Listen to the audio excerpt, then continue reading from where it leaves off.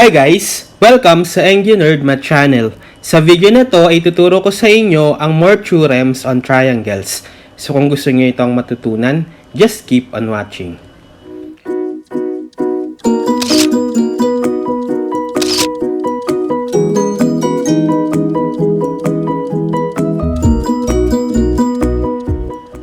Okay, so this time ay tuturo ko naman sa inyo ang more theorems on triangles. So, meron na akong previous videos about triangles kung saan diniscuss ko na yung iba't ibang properties ng triangles, as well as nagkaroon na rin ako ng video about triangle congruence theorems. So, kung hindi pa napapanood, isilink ko na lang para ma-check nyo. So, ngayon is mag-discuss lang ako ng more theorems on triangles. Okay, so let's start with the sum of the measures of the angles of a triangle theorem. So sabi, the sum of the measures of the angles of a triangle is 180 degree. Okay, so siguro alam naman na natin lahat yon na yung sum ng interior angles ng isang triangle is laging 180 degree. So in this figure, given triangle ABC, we have the sum of the measures of the angles of the triangle is 180 degrees. So therefore, measure of angle A plus measure of angle B plus measure of angle C should be equal to 180 degree.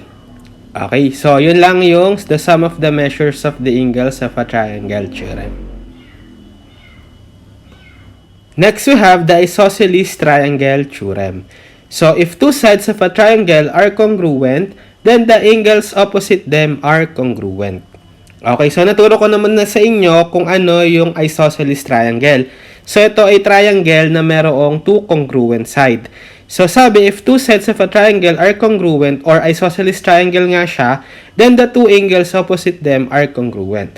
So, having this figure, triangle ABC, so given triangle ABC daw, kapag let's say meron tayong isosceles triangle, so let's say ang sinet kong congruent side is itong BA tsaka BC. So, if BA is congruent to BC, then yung opposite angle doon sa dalawang sides na to na congruent should be also congruent. So, yung opposite dito sa side BA is itong angle C, right? So, therefore, angle C is congruent dun sa opposite naman na angle dito sa BC, which is itong angle A. Okay? So, that's the isosceles triangle theorem. Yung dalawang corresponding opposite angles doon sa dalawang sides na equal sa isosceles triangle should also be congruent. Okay? Next, we have the converse of isosceles triangle theorem. So, if two angles of a triangle are congruent, then the sides opposite them are congruent. So, parang kabaliktaran siya nung isosceles triangle theorem. So, this time, kapag given naman daw na yung two angles ng triangle ay congruent, then yung opposite sides sa dalawang angles na yon should also be congruent. So, kung meron tayong triangle ABC, so let's say itong angle A is congruent dito sa angle C. So, angle A is congruent to angle C. Yung corresponding opposite sides dito sa dalawang angle na to na congruent ay congruent din. So, yung opposite dito sa angle A is itong BC, right? So, side BC is congruent. This time, sa opposite naman na side dito sa angle C, which is itong BA. So, congruent siya sa BA. Okay? So, yun yung converse of isosceles triangle theorem. Kung meron kang dalawang congruent angles sa isang triangle, then yung opposite side din sa dalawang angles na yon should also be congruent. Okay? Next, we have the third angles theorem. So, if two angles of one triangle are congruent to the two angles of another, then the third angles are congruent. Okay, so ibig sabihin, kung meron tayong dalawang triangles, so let's say, given triangle ABC and triangle DEF, so, kung congruent daw yung dalawang angles nitong dalawang triangles, so let's say, angle A is congruent to angle D, angle A is congruent to angle D, and angle B is congruent to angle E, so, angle B is congruent to angle E, then, automatically, yung third angle nila, which is itong angle C, tsaka angle F, should also be congruent. So, angle C is congruent to angle F. Okay? So, yun yung third angles theorem. So, kung meron tayong dalawang triangle at yung corresponding two angles nitong dalawang triangle ay congruent, then automatically, yung pangatlong corresponding angles nila dapat congruent din. Okay? Next, we have the exterior angle theorem. So, the measure of an exterior angle of a triangle is equal to the sum of the measures of the remote interior angles. Okay, so meron na tayong i-define ngayon dito na terminology. So, alam naman na natin kapag interior angles, right? Yun yung angle inside the triangle. So, halimbawa, meron tayong triangle ABC. Yung mga interior angles niya is itong angle A, B, tsaka angle C. Or, yung may mga number, yung angle A is angle 2, yung angle C is angle 3, at yung angle B is angle 4. Okay? Then, mapansin nyo, bumuha ko ng isang angle dito, yung angle 1. Which is, ito yung tinatawag nating exterior angle. So, ito yung mga interior angles. So, pag sinabing exterior angle, kapag in-extend nyo yung isang side, let's say itong AB, in-extend ko dito sa D, makakabuo siya ng linear pair dito sa isang interior angle na 2, which is itong angle 1. So, yun tinatawag nating exterior angle. Parang angle outside the interior angle na nakakabuo ng linear pair doon sa isang interior angle natin. Okay? So, by exterior angle theorem, yung measure daw nitong interior angle natin na to, so measure of angle 1, is equal to the sum of the measures of the remote interior angles. So, ano naman yung remote interior angles?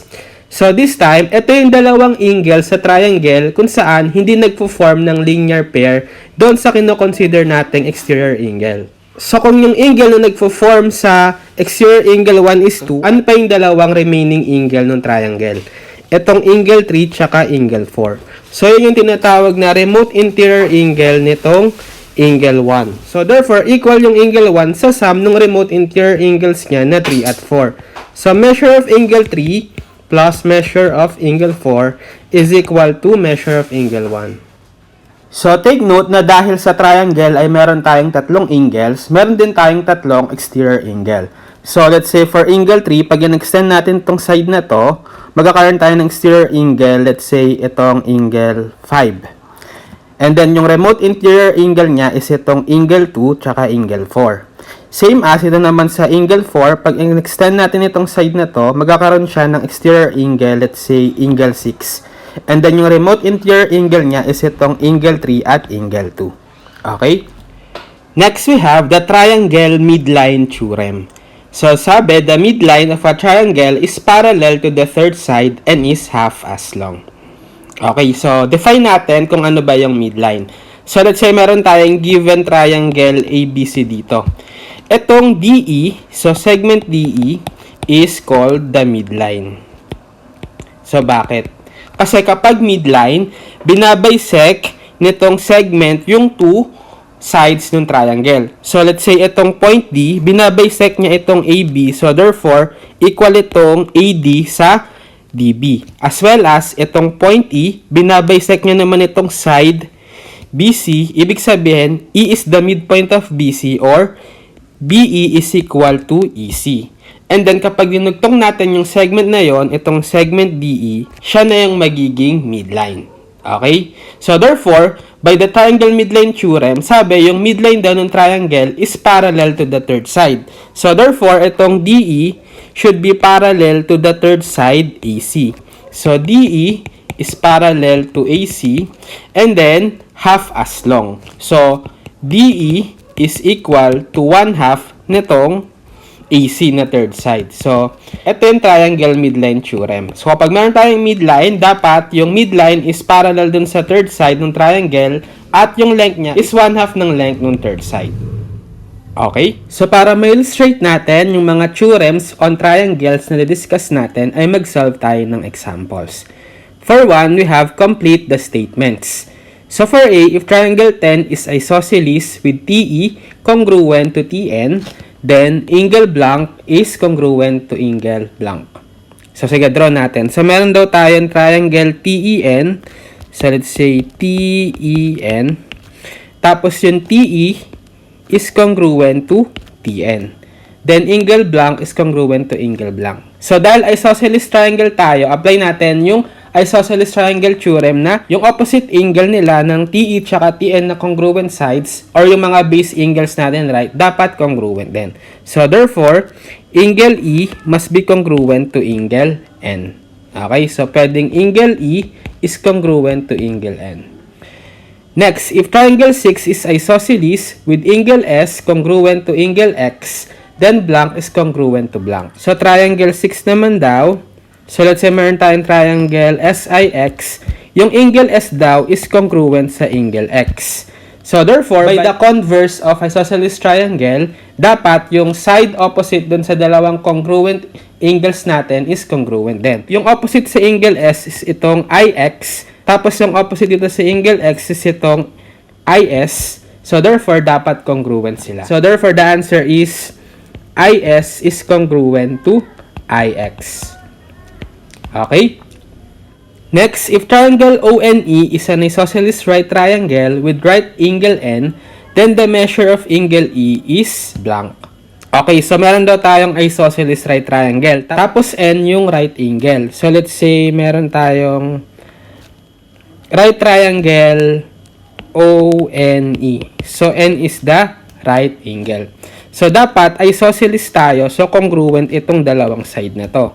Right? So, ang tanong is, ano raw yung measure nitong angle E? Okay? So, pag in-apply natin yung isosceles triangle theorem, dapat itong angle E is congruent dito sa angle O. So, angle E is congruent sa angle O. Right? So, para mahanap natin itong value ng E, apply natin yung sum of the angles of a triangle theorem. Dapat yung total angle nila is 180. So, pag inad natin, measure of angle N plus measure of angle O plus measure of angle E is 180. So, angle N is already 90, right? Plus, so para masolve natin si angle E, apply natin na yung measure ni angle E is equal sa measure ni angle O dahil congruent sila. Palitan natin tong measure ng angle O as measure of angle E. So, measure of angle E plus measure of angle E is 180. So, therefore, transpose ko tong 90, then combine ko tong dalawang measure of angle E. 2 measure of angle E is equal to 180 minus 90. 2 measure of angle E is equal to 180 minus 90 is 90. Then, divide both sides by 2. Masasolve natin yung measure ni angle E as 90 divided by 2 or 45 degree. So, therefore, the answer here is 45 degree. Okay? Next, we have name two segments that must be congruent when the two congruent angles are given. Okay, so meron tayong given figure dito. So, hanapin daw natin yung congruent segment kapag meron tayong given congruent angles. So, meron tayong angles 1, 2, 3, 4, 5, 6. Okay, so pag sa letter A, congruent daw yung 1 sa 4. So, itong angle 1, tsaka angle 4. So, pag binuo natin yung triangle na to, yung TSE. So, yung magiging opposite sa kanilang side is itong SE tsaka ST. Right? So, therefore, ang sagot natin dito, by converse of isosceles triangle, we have ST congruent to SE. Next, angle 2 naman congruent to angle 3. So, ito, angle 2 tsaka angle 3. So, pag kinonsider naman natin itong triangle SYX, ito, ano yung opposite side dito sa angle 2 tsaka angle 3? So, sa angle 2, opposite sa kanya is itong SY. And then, dito sa angle 3, opposite sa kanya is SX. So, therefore, sila dapat yung congruent. So, the answer here is SX congruent to SY. Okay? Then, C, angle 6 naman congruent to angle 5. So, ito, angle 6 congruent to angle 5. So, pag kinonsider naman natin itong triangle SRA, okay? So, by the converse of isosceles triangle theorem, yung opposite side sa dalawang triangle is itong SR tsaka SA. So, dapat congruent sila. So, the answer here is SA is congruent to SR. Okay? Next, we have find the value of X. So, meron tayong tatlong triangle. So, dito muna tayo sa A. So sa A, meron tayong triangle na merong sides na 8, 8, 9, isang angle na 68, tapos yung unknown angle x. So solve natin si x. Kung mapapansin nyo, dahil congruent itong side na to, pwede natin i-apply yung Isosceles Triangle Theorem. So therefore, yung base angle natin is itong x degree, tsaka itong angle din na to. So, therefore, x degree din dapat ito, right? Ngayon, para masolve natin itong x, apply natin yung sum ng angle ng triangle na 180. So, add natin itong tatlo. So, 68 plus x is equal to 180. So, combine natin to, 2x is equal to 180. Then, transpose natin si 68 minus 68 equal 2x is equal to 180 minus 68 is 112. Divide both sides by 2, we have x is equal to 112 divided by 2 or 56 degrees. So, the answer is 56 degrees. Okay, next, B. So, this meron naman tayong triangle with two sides unknown, 4x minus 3 tsaka 2x plus 7. And then, yung dalawang angle is parehong 46 degrees. So, therefore, pwede natin i-apply yung converse ng Isosceles Triangle Theorem dahil parehong 46 degree itong dalawang angle, dapat yung opposite side sa kanila is congruent. So, therefore, dapat congruent itong side na to sa side na to. So, pwede natin i-equate yung dalawang unknown length. So, 4x minus 3 is equal to 2x plus 7. Solve natin yung x, transpose si 2x, transpose si negative 3. 4x minus 2x is equal to 7 plus 3. 4x minus 2x is 2x equal 7 plus 3 is 10. Divide both sides by 2, x is equal to 10 divided by 2 or 5. Okay? Next, C. So, meron naman tayong triangle with sides x, 12, tsaka 13. Tapos, yung angle is 68, 56, saka x. Okay? So, pwede natin masolve readily itong x by applying yung sum ng angle ng triangle is 180. So, add natin 68 plus 56 plus x is equal to 180. So, ano yung 68 plus 56? 124. Right? Plus x is equal to 180. So, therefore, x is equal to 180 minus 124. Transpose.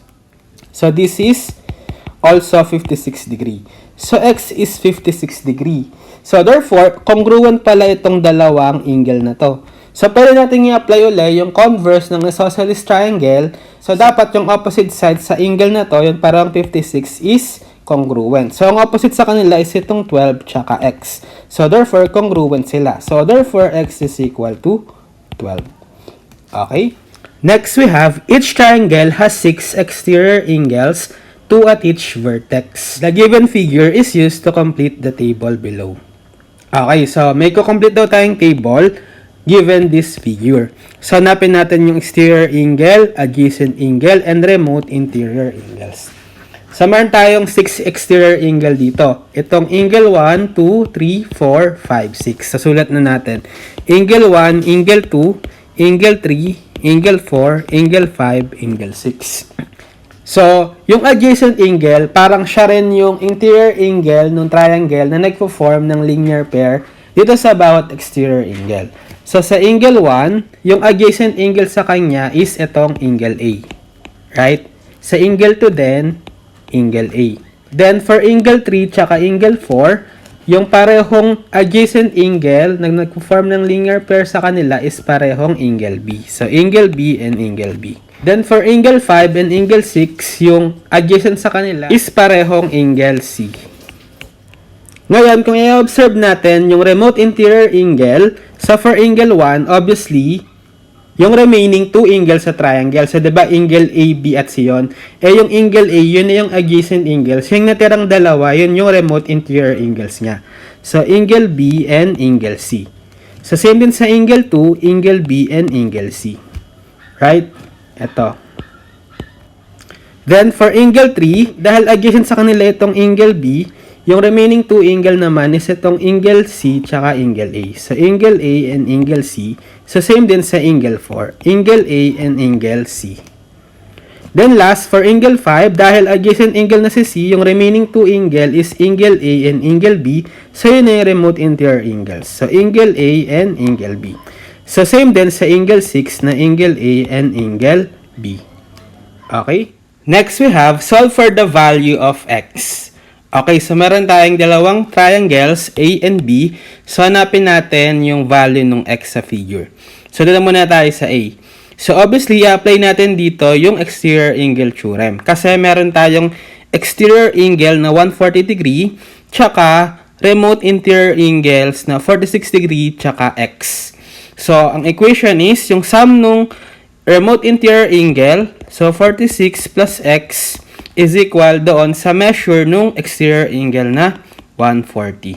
So, solve natin si x. So, x is equal to 140. Transpose lang si 46, so minus 46. So, therefore, x is equal to 140 minus 46, or x is 94 degree. Okay? Next for B. So, this time, meron naman tayong angle 1, 2, 3, at 4. So, given yung measurement ng angle 4 na 9x minus 14, measurement ng angle 1 na 4x plus 2, and measurement of angle 2 na 3x plus 14. So, mapapansin nyo, itong angle 1 tsaka angle 2 ay remote interior angle. And then, itong angle 4 is the exterior angle. So, applying exterior angle theorem, we have measure of angle 1 plus measure of angle 2 is equal to measure of angle 4. So, substitute ngayon natin yung mga given values. So, angle 1 is 4x plus 2 plus angle 2 is 3x plus 14 equals angle 4 is 9x minus 14. So, solve ngayon natin si x. So, combine similar terms dito. So, 4x plus 3x is 7x plus 2 plus 40 is 16 equals 9x minus 14. So, transpose ko na lang dito si 7x, transpose ko dito si 14, so magiging 16 plus 14 is equal to 9x minus 7x. So, 16 plus 14 is 30, equals 9x minus 7x is 2x, divide both sides by 2, x is equal to 30 divided by 2, or 15. So, therefore, the value of x is 15. Okay. Next, we have find the value of x. So, meron tayong dalawang triangle. So, for letter A at letter B. So, dito muna tayo sa letter A.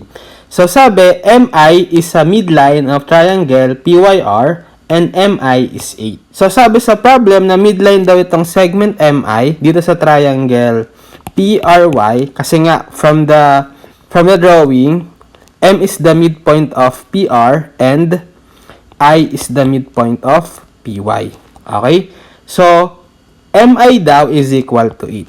So, ano ang value nitong x? So, applying the triangle midline theorem, so, dapat yung length nitong midline MI, so, MI is 1/2 the length of the third side. At parallel dapat siya dito, right? So, MI must be parallel to RY.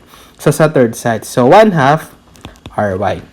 So, yung RY is x, but meron tayong value na MI na 8. So, 8 is equal to 1/2 times RY na x. So, solve for x, cross multiply ko na lang si 2, we have 8 times 2 or 16 is equal to x.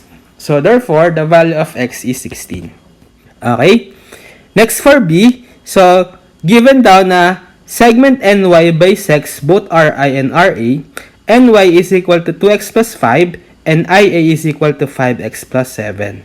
So, solve natin ngayon si x. So, given triangle IRA, so dahil si NY, itong segment na to, is binabisects itong RI, tsaka RA. So, therefore, congruent itong IN sa NR, or midpoint itong N, nitong segment IR, as well as itong RY is congruent to YA, or itong Y is midpoint nitong segment RA. Therefore, yung NY is a midline. Right? So, applying yung triangle midline theorem, dapat yung length ng NY is equal to 1/2 the length ng third side na IA. Another thing is dapat si NY is parallel din sa IA. So, ngayon, given naman yung mga value ng NY tsaka IA in terms of x, substitute natin. So, NY is 2x plus 5 equals 1/2 IA is 5x plus 7.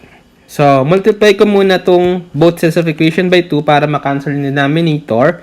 So, sa left, distribute si 2, 4x plus 10 equals, so sa right, cancel si 2, matitira is 5x plus 7.